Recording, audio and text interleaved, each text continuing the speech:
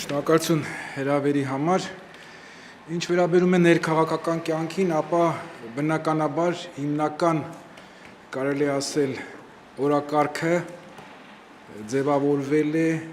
քառյակի 12 կետերի հետ կապված։ Ընդ որում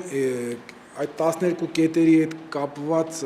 տարբեր մեկնաբանություններ եղան եւ իշխանությունների կողմից, այսինքն կարծես թե ասում են, տեսեք, ասենք հրաժարական չկա, կամ չգիտեմ լուրջ պահանջներ չկան, կամ նախագահը ինքը, եթե հիշում եք հանդիպումներից մեկի ժամանակ ասաց, որ չի կարելի գրել պահանջում ենք, ասեմ, որ ինչ վերաբերվում է կոնկրետ 12 կետերին, ապա եթե անգամ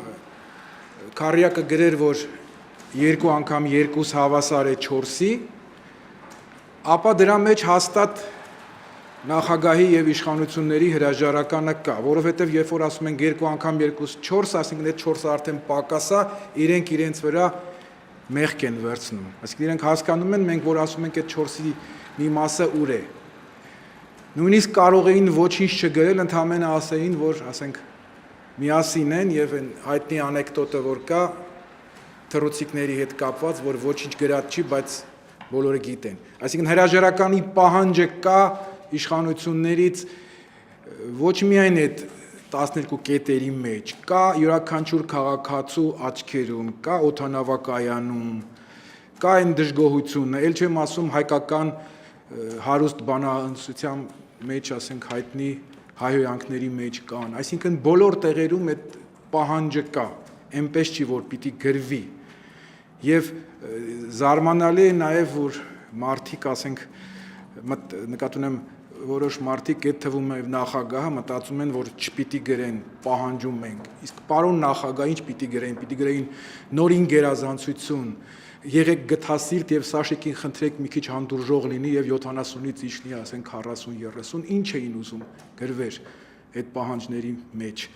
ակնհայտ է որ ժողովուրդը դժգոհ է ակնհայտ է որ այս իշխանությունը սպառել է իր բոլոր ռեսուրսները եւ քառյակը դարձել է իշխանությունների աչքի փուշը, որովհետեւ քառյակը ունի այն պոտենցիալը, որ միավորելու է ողջ ընդդիմադիր դաշտը, իսկ նրանք ովքեր կփորձեն սեպխրել քառյակի մեջ կամ քառյակ, ասենք Քոչարյան կամ քառյակ որևէ քաղաքական գործիչ, նրանք ծառայում են Բաղրամյան 26-ին, որովհետեւ այսօր վիճակն այնպիսին է, որ բոլորը գիտեն երկրում ինչ վիճակ, իսկ ամենից լավ համոզված եմ գիտի Ռոբերտ Քոչարյանը, որովհետև ինքը ժառանգություն է թողել բավականին լավ եւ մենք տեսնում ենք, թե ինչի հասցվեց երկիրը այս մի քանի տարիների ընթացքում։ Ինչ վերաբերվում է, ասենք Քոչարյանի հարցազրույցին կապված այդ կոնկրետ 12-ի կետերից որոշ կետերի հետ, ասեմ հենց գոնե համամասնականի հետ կապված ինքը այդ հարցում եղել է շատ սկզբունքային, մասնավորապես ես հիշում եմ, երբ որ 98 թվականին ինքը ձևավորեց սահմանադրական փոփոխությունները նախապատրաստող հանձնաժողով, այն ժամանակ մենք պարբերաբար հանդիպում ենք, անձամբ ես ինքս հիշում եմ այդ հանդիպումից, երբ որ համամասնականի հարց առաջացավ, Քոչարյանը ասաց, որ ինքը գտնում է իրոք, որ պետք է ընդլայնվի համամասնականի թիվը եւ ինքը կողմնակից չէ, որ ապաքաղաքական եւ քրեական տարերին, այսպես ասած, արտաքսեն երկրից ընտրությունների ժամանակ, այլ ինքը գտնում է, որ պետք է համամասնականի թիվը մեծացվի եւ բնականաբար տարածքները կմեծանան եւ ապաքաղաքական տարերը քրեական տարերը, թաղային հեղինակությունները բնականաբար չեն մասնակցի այդ ընտրություններին եւ նաեւ նշեց այն օրինակը, որ ասեց օրինակ նախագահական ընտրությունների ժամանակ երբեք քրեական տար իր տեխնացությունը չի առաջադրել։ Եվ մենք տեսանք այն դինամիկան, որ Քոչարյանը միակ նախագահն է եղել, որ ասենք իր իշխանության տարիներին է կողմ եղել համամասնականի մեծացման եւ այդ դինամիկան կա, որ ասենք 95-ի ընտրությունները եթե 40, եթե չեմ սխալվում,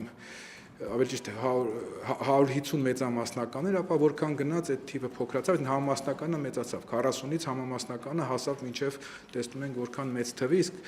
անկախ ամեն ինչից պիտի չթողնենք, որ ընդհանրապես մնա մեծամասնական, որովհետև մենք հասկանում ենք, որ մեծամասնական համակարգը ընդհանրապես իշխանությունների համար մեխանիզմ է ընտրությունները կեղծելու համար։ Եվ այդ իմաստով ակնհայտ է, որ ասենք այդ հարցազրույցի այդ մասը, որ շատ բնական է։ Ինչ վերաբերում է համագործակցությանը, ես կրկնում եմ, բոլոր ուժերը պիտի համագործակցեն։ Նրանք, ովքեր դեմ են այդ համագործակցությանը, հիմա այսպես ասած ազնիվ մղումներից են անում, հաճախորդ են, չգիտեմ, պատվեր են կատարում, էական չի։ Այդ կներեք, այսինքն այդքան բան չի, էլի, չեմ կարծում, որ կարճատես են ու չեն հասկանում, որ միակ ելքը համախմբումն է։ Իսկ հետո ով ում մտքում ով կա, ոչ մեկը չի պահանջում, որ ենթադրենք կամ չի նկատի չունի, որ ենթադրենք պիտի օրինակ եմ ասում, ասենք որևէ հակի կամ որևէ ժառանգության կամ որևէ մեկը, ասենք լինի այն ցուցակում, որը կլինի, ասենք Քոչարյանինը կամ, չգիտեմ, Բարգավաճինը։ Հետագայում արտահերթ ընտրությունների ժամանակ կամ եթե աստված չտա հերթականի ժամանակ ամեն մեկը գնացեք ձեր ցուցակով, բայց այսօր գերխնդիրը այս իշխանություններից ազատվելն է։ Եթե նկատի ունեմ մեկը չի դա գիտակցում, իսկ այս 21-րդ դարում այսքանից հետո չգիտակցել է, այդ մի քիչ անհասկանալի է, որ այդ մարդիկ նաև զբաղվում են քաղաքականությամբ։ Հիմա մի քանի խոսք նաև կապված վերահսկիչ պալատի հայտարարության հետ։ Առաջինը ուղղակի որ ասում իմ ընկերներից մեկը պատմում էր, որ ժամանակին Իշխան Զաքարյանը հատուկ եկեր որսորդ էր վարձել, որ ասենք սովորի որս անել, որպեսզի ասենք հնարավորություն ունա մոտիկից շփվելու Ռոբերտ Քոչարյանի հետ։ Հիմա էլ ասենք երևի Իշխան Զաքարյանը սկսել է ասենք շախմատի դասեր անցնել կամ համենայն դեպս ակադեմիայում ասենք հերրակա ունկնդիրը, որովհետև այն, որ Իշխան Զաքարյանը հայտարարում է, որ վերահսկիչ պալատը ապա քաղաքական ինստիտուտ է, իհարկե, բայց այդ դեպքում ինքը ինչի էր 12 թվականի ազգային ժողովի ընտրությունների ժամանակ, օրինակ, կամ Եղեգնաձորի քաղաքապետի ընտրությունների ժամանակ, ասենք իր, այսպես ասած, էմիսարներին ուղարկում ճնշելու հանրաժողովներում կամ չգիտեմ տարբեր տեղամասերում։ Ինքը այդ չէր գիտակցում։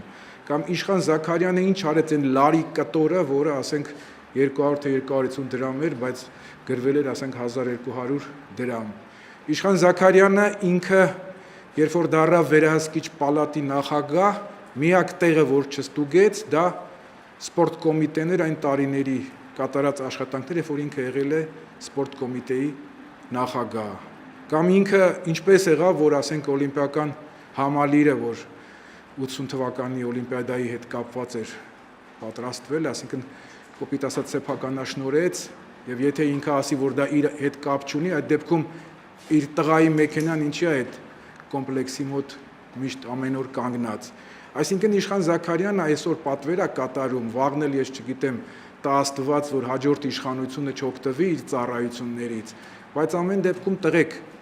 ես նկատի ունեմ այն մարդիկ, որոնք պատվեր են կատարում, հաճախորդներ կլինեն, անմեղներ կլինեն, հեռու գնացեք։ Այս ժողովուրդը, որ ասում եմ, մի օր համբերությունը հատելու է եւ կներեք քաղաքական ուժերին մյուս կողմ ատանելու, մենք ուղղակի վերապրելու ենք կամ հիշելու ենք Լիբիայի դեպքերը։ Իսկ Լիբիայի դեպքերում, եթե հիշում եք, այսինքն ժողովրդի եւ Կադաֆիի արանքում քաղաքական ուժեր չկային։ Հիմա հեռու գնացեք, այս երկրում եթե ուզում եք ապրեք, Իշխան Զաքարյաններ, չգիտեմ, Տարոն Մարգարյաններ, Կարեն Ավագյաններ, անունները շատ են, Գեղամյաններ եւ այլն, Արմեն Մովսիսյաններ, հեռու մնացեք։ Դուք եթե ուզում եք, որ ասում եմ ժողովուրդը այն ամբողջները խելագարված տարբերակի ժամանակ ձեզ խնայի, ուրեմն մի քիչ ձեզ զուսպ պահեք ու իմացեք նախագահը իր ձեռագիրն է փչացնում է, որ հետո ուրիշ տեղ չունենաք գնալու։ Դուք արտագաղթելու միակ տարբերակն է լինելու, բայց այնտեղ էլ հայերը, նկատի ունեմ սփյուռքա հայերը նույնպես անխնայ են լինելու, կադաֆիաբար են, ավելի ճիշտ, այդ նույն ոճն է կիրառվելու ձեր նկատմամբ։ Դրա համար եղեք նկատի ունեմ մի քիչ ուշադիր ու հասկացեք, որ չի կարելի ծառայել այդ կերպ եւ ժողովուրդը կրկնում եմ իրոք ահավոր վիճակի մեջ է եւ ժողովուրդը չի ներելու այն մարդկանց, որոնք այս օրերին կներեք, ինչպես ասում են ժանտախտի ժամանակ խրախճանք էին անում, չի ներելու այդ մարդկանց։ Ինչ վերաբերվում է արտաքինի հետ անդրադառնամ նաև դեսպանների նշանակմանը, դա ուղղակի ողբերգություն է, որ Տիգրան Սարգսյանին, ասենք, նշանակում են դեսպան Ամերիկայի Միացյալ Նահանգներում։ Պատկերացնում եք, այսինքն երբ որ այդ մարդու վրա ըստ էության քրեական գործ ֆորմալ առումով միգուցե չկա, բայց այն որ Աշոտ Սուքեսյանը արդեն Հայաստանում է եւ ցուցմունք կարող է տալ եւ ըստ էության ինքը հասկացրել է, որ կոպիտ ասած ամեն ինչ գրվել է իր վրա, կամ նույն Հայրապետյանը, որը ուղղակի կոնկրետ մեղադրում է Տիգրան Սարգսյանին, ես չեմ հասկանում Ամերիկայի իշխանություններ, ինչպես է որ ասենք, այսպես ասած ձեր համաձայնությունը տալիս եք, որ Տիգրան Սարգսյանը աշխատի ձեր մոտ Հայաստանի դեսպան։ Դա նշանակում է մեկ բան, որ դուք ունենալու եք, այսինքն մի մարդ, որի վրա անսահմանափակ լծակներ եք ունենալու ազդելու համար Հայաստանի վրա։ Ինչ վերաբերվում է Յուրի Վարդանյանին, ես շատ հարգում եմ որպես սպորտսմեն, բայց երևի ոչ մեկը Յուրի Վարդանյանին իրոք այնքան վնաս չէր տվել, որքան Սերժ Սարգսյանը։ Սերժ Սարգսյանը ասում էր, ես հիշում եմ այդ նախարարությունում, ասում էր, ես իրեն չեմ նշանակել իր կազմակերպչական հատկությունների համար, այլ որպես լեգենդ։ Դե եթե Սերժ Սարգսյանը այդքան լեգենդների մասին մտածում եք, աշխարհի չեմպիոնատը գնում ֆուտբոլի, այդքան ժամանակ ում ասես կանչում են ֆուտբոլից հասկացող չհասկացող, բայց Արադ 73-ի տղաները, նույնիսկ մեկ բառ չեն ասում Արադ 73-ի մասին։ Անգամ երբ որ Բավարիան խաղում էր Ատլետիկոյի հետ, այդ հաղորդավարը երևի պատմում էր, թե ասենք, չգիտեմ, Բավարիայի ինչ-որ խաղացողի հայրը կամ քերին ինչով է զբաղվել, բայց չէր ասում, որ ասենք այդ նույն Բավարիան, երբ որ 75 թվականին Երևանում խաղաց Արարատի հետ, պարտվեց 1-0 հաշվով եւ Անդրեասյանը հրաշալի գոլ խփեց Բեկենբաուրի կողքից, ընդ որում 74-ին Գերմանիան դառել էր աշխարհի չեմպիոն եւ Բավարիան հիմնական կորիզներ այդ հավաքականի։ Այսինքն այն որ արխիվները ոչնչացրել են, այն որ այսինքն ցույց են տալիս, որ ֆուտբոլը սկսում են Ռուբեն Հայրապետյանից, այդ արդեն ողբերգությունն է։ Այդ նույն Արկադի Անդրեասյանը, Խորեն Հովանեսյանը եւ մյուս ոսկի, ինչպես ասում են, տղաները ուղղակի ֆուտբոլից հեռու են մղված։ Եվ ամենաողբերգականը այն է, որ ասենք այդ նույն մարդիկ եթե դրսում լինեին մեծ ամեն ինչի հասած կլինեին, բայց միայն Հայաստանում է, որ ցույց են տալիս, որ այդ տղաները չկան։ Նույնիսկ արխիվները այնքան չկան, որ ասենք նույն Անդրեասյանը եւ Խորեն Հովանեսյանը, ասինքն կներեք սեփական գրպանից գումար են ծախսել, որպեսզի այն գոլը, ասենք, ենթադրենք Բեկենբաուրի Բավարիային խփած կամ Խորիկը Բելգիայի խաղին խփած, ասինքն այդ տեսանյութերը հայթայթեն արտասահմանից։ Վերջերս նաեւ կներեք ցուցանակ եղավ ինտերնետում, որ ասենք գրած էր Խորհրդային միությունը, ՍՍՍՐ, Ֆրանսիա եւ 4-0, 4 գոլերն էլ խփել էին Արարատ 73-ի տղաները, հայերը։ Այսինքն այսօր ոչ մի բան չեն ասում։ Դա ինչի համար եմ ասում, որ ասենք այդ կրկնակի ստանդարտները կամ ընդհանրապես ինչի համար էր պետք Յուրիկ Վարդանյանին այն ժամանակ ուզում էին օգտագործեին Ծառոկյանի դեմ չտածվեց, այդ Յուրիկ Վարդանյանին փչացրեցին, հիմա էլ ասենք ինչա կատարվում։ Ում են տարել են Վրաստան, որ ինչ անի։ Լավ, Յուրիկ ասենք ինչի է քեզ պետք։ Նախարար որ ասում է ինչ վիճակով դուրս է գար։ Հիմա դեսպան ախր կներեք չի կարելի։ Մենք այսօր արտաքին քաղաքականության համար բարձում է հասկացանք արել եք այնպես, որ Հայաստանից ոչ մի բան չի կախված, բայց դա չի նշանակում, որ արդեն դեսպաններն ում ասես նշանակեք։ Երևի այսքանը բաներով նախաբանի համար Պարոն Հարությունյան, վերադառնալով Ռոբերտ Քոչարյան եւ Քարյակի համագործակցի ինչ ֆորմատով է հնարավոր, դուք հավանական համարում եք Քարյակի եւ Ռոբերտ Քոչարյանի համագործակցությունը։ Չէ, իհարկե հնարավոր համարում եմ եւ այն մարդիկ, որոնք կխոչընդոտեն ընդդիմադիր դաշտի համախմբմանը, դա կլինի Քարյակ, Քոչարյան, կներեք, հիմա եւ այլ քաղաքական ուժեր, արտախորհրդարանական ուժեր, դա նշանակում է նա կատարում է Սերժ Սարգսյանի Բաղրամյան 26-ի պատվերը, որովհետև այլ տարբերակ չկա։ Այսօր կներեք Այն վիճակում մենք կրկնում եմ, որ մենք պիտի համախմբենք եւ իշխանությունը փողոցում գցած է։ Ընդհանրապես պետք է վերցնել։ Ուղղակի խնդրեմ է, որ այդքան դանդաղում է, պատճառն է, որ իրար խանգարում են այդ կերպ։ Եվ ես համոզված եմ, որ եթե, ասենք, քարյակի այն ուժերը, որոնք ասենք խոչընդոտ են դրան, դա նշանակում է ի վերջո ուղղակի թե անուղղակի, որովհետեւ այսօր դժվար է միարժեք ձևակերպում մտալ։ Բայց եթե ես կներեք ինքս 96 թվականին Լևոն Տեր-Պետրոսյանի իշխանության տարիներին ձերբակալվել եմ, ծեծի եմ ենթարկվել, բայց այսօր ես տեսեք, ես 3 տարի է Լևոն Տեր-Պետրոսյանի մասին որևէ թթու խոսք չեմ ասում։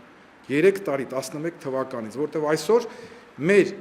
որ ասում է շահերը, դա մեր շահերը չի, դա երկրի շահն է, ժողովրդի շահն է, պետության շահն է, համընկնում են։ Եվ այսօր ինչպես Ռոբերտ Քոչարյանը, այնպես էլ Լևոն Տեր-Պետրոսյանը շատ կարևոր դերակատարություն են քաղաքական դաշտում եւ մենք տեսնում ենք, որ երկուսն էլ անկեղծ մտահոգություն ունեն։ Եվ այն մարդիկ, որոնք կփորձեն սեփ խրել քաղաքական դաշտում, ընդդիմադիր դաշտի մեջ, նրանք կներեք կատարում են պատվեր։ Նրանք կլինեն Արամ Զավենի Սարգսյաններ, Դավիթ Շահնազարյաններ, չգիտեմ, նորերը կհայտնվեն եւ այլն եւ այլն։ Մենք այսօր ունենք վիճակ, որը պարտադրում է, որ քաղաքական ուժերը համախմբվեն։ Հակառակ դեպքում մենք, որ ասում եմ, Հայաստան չի մնալու։ Այսօր Հայաստանի վրա կներեք դրսում խաղում են եւ դա մեզ հասցրել է այն ամենը, որը կապված էր նրա հետ, որ իշխանությունները վարում են խաղատնային քաղաքականություն։ Եվ այդ խաղատնային քաղաքականության հետևանքով Հայաստանի վրա ուղղակի ինչ ուզում են անում են։ Եվ այսօր մենք ուրիշ խնդիր չունենք։ Մեկ խնդիր կա, արդեն վարչապետների հրաժարականների խնդիր չկա, մեկ մարդու հրաժարականի խնդիր կա։ Եվ բոլորը գնում են այդ ուղղությամբ։ Հիմա ճանապարհին եթե խանգարող կա, այդ խանգարողներին պետք է ուղղակի կներեք դաշտից մաքրել։ Նա ով դեմ է համախմբմանը, նա կներեք ծառայում է, կրկնում եմ միգուցե շատ բազմիցս անգամ, բայց այսօր մեկ խնդիր կա։ Նա ծառայում է իշխանություններին։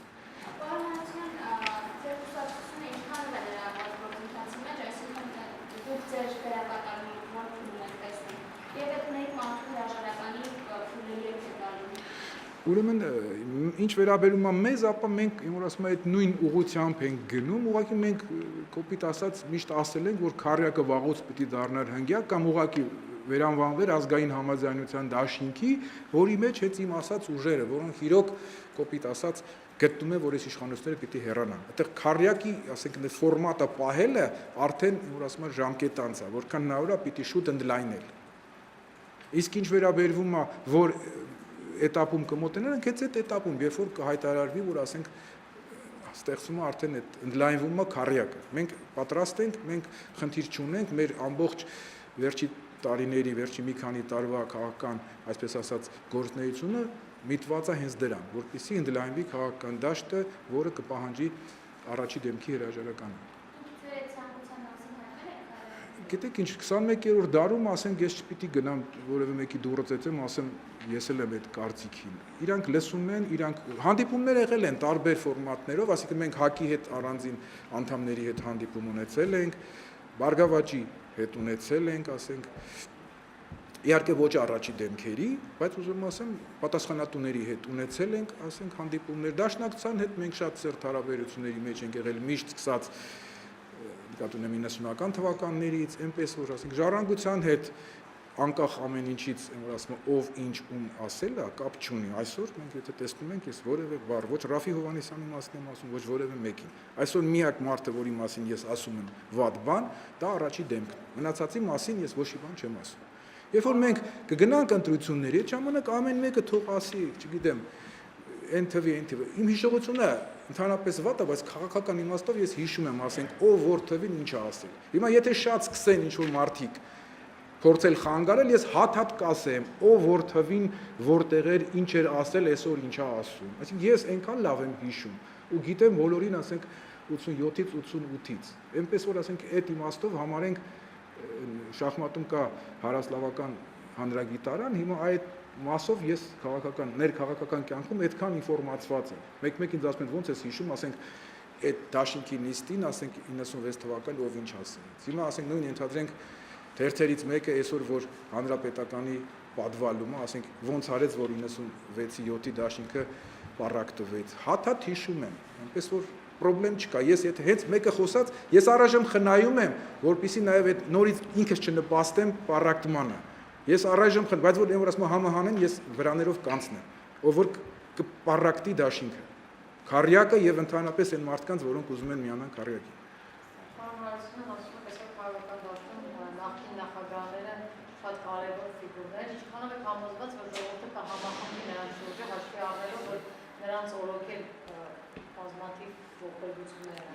քիչ ճոխար ասացի, բայց Գիտեք ինչ, խնդիրը հետեւյալն է, ինչ վերաբերում է առաջի երկրորդ նախագահներին, մենք չենք ժողովրդին հիմա ասում, ասենք, գիտեք ինչ, իրանք մի ցուցակում են, դուք էլ իրենց ընտրենք։ Մենք այսօր ընտրության խնդիրը, մենք ընտրության խնդիրը մեր շուրջ չէ, պետք է համախմբել ոչ թե ինչ որ մեկի շուրջ, պետք է համախմբել խնդրի շուրջ։ Խնդիրը այս իշխանություններից հեռացնելն է։ Հիմա ենթադրենք, տեսեք, մեկը գա, որ իմ հակառակորդն է, իմ թշնամին է, չգիտեմ, չեմ սիրում իրեն, բայց որ զգամ, որ ասենք ինքը նպաստելու է, որ Սերժ Սարգսյանը հեռանա, բնականաբար ես ասենք պիտի ողջունեմ այդ պահը։ Իսկ ինչ վերաբերում է այն մարդիկ, որոնք Լևոն Տեր-Պետրոսյանից են, եթե կարելի է, եթե այն մարդիկ, որոնք Լևոն Տեր-Պետրոսյանից են դժգոհ, ձայն թող չտան, Քոչյանից են դժգոհ, ով որ ուզում է թող ձայն տա, բայց որ այս վիճակը, ասենք, ինչ անենք, լավ, քանի որ ենթադրենք Լևոն Տեր-Պետրոսյանի սխալներ արել, Քոչյանը սխալ անել, սպասենք Սերժ Սարգսյանը մնա հավերժ, Հայաստան չմնա, արդեն գովազդների մեջ ինչ է նարդի այդ ինչ որ գովազդ կար մի քանի օր այսօր եմ տեսել ավելի ճիշտ էլի ասենք այնտեղ ուզում ասի ոչինչ որ Ռուսաստանում ես ասենք բայց դու այդ խաղա այսինքն արդեն այդ գովազդներն էլ են հարմարացնում որ ասենք բանին արտագաղթին բայց մենք պիտի այնպես անենք որ արտագաղթեն այս այսպես ասած այս իշխանությունները ինչքան շուտ այնքան լավ եւ այդ ժամանակ հաստատ ներգաղթա լինելու բայց այսօր ինչ որ արեստական դնել ասենք Քոչարյանի ժամանակի ինչ, Լևոն Տեր-Պետրոսյանի ժամանակի ինչ, Դաշնակցությունը սենց Բարգավաճը, սենց Արամ Հարությունյանը, սենց չէ, չկա այդ թեմա չկա։ Հիմա մի մարդ է որոշում, այդ մարդն էլ երկիրը տանում է կործանման, ինչ ենք անում, մենք իրար հետ ուրիշ խնդիր չունենք։ Մենք պիտի համախմբվենք։ Եվ այդ համախմբումը նաև իրենց ստիպելու է, որ որքան լավ է իրանք բանան, որտեղ ես շուտ հեռանան։ Ես ասացի, որ աշնանը եթե համախմբումը եղավ, Սերժ Սարգսյանը իրենից բացի զոհաբերելու ոչ մի բան չի ունենալու։ Ակնհայտ է։ Այստեղ ասենք մենք տեսնում ենք, որ վարչապետը իրեն կոտորիել հիմա կապ չունի, ասենք նախագահը արդեն հստակ է, որ ասում է, խանգարում է։ Եվ այդ կൂട്ടակայինի հետ կապված, եւ այլ, եւ ընդհանրապես նույն Որոտանը տեսնում ենք, ասենք Որոտանի հետ կապված կառավարության դիրքորոշումը ուրիշ է։ Այսինքն ես ասել եմ կամ Հովիկ Աբրահամյանը դառնալ է մահապարտ, կամ կներեք, ասենք Տիգրան Սարգսյանը պիտի նստի։ Հասկանում եք, ուրիշ տարբերակ չկա, որովհետև Հովիկ Աբրահամյանը, ասենք, փորձում է, ասենք, որ ասում է բոլորի հետ լավ լինել, բայց այդպես չի կարող լինել։ Այսինքն, եթե կա խանգարող, իսկ կառավարությանը այսօր հենց խանգարում են Բաղրամյան 26-ից, դա նշանակում է, որ ուզում ասեմ, վարչապետից արդեն բան կախված չի։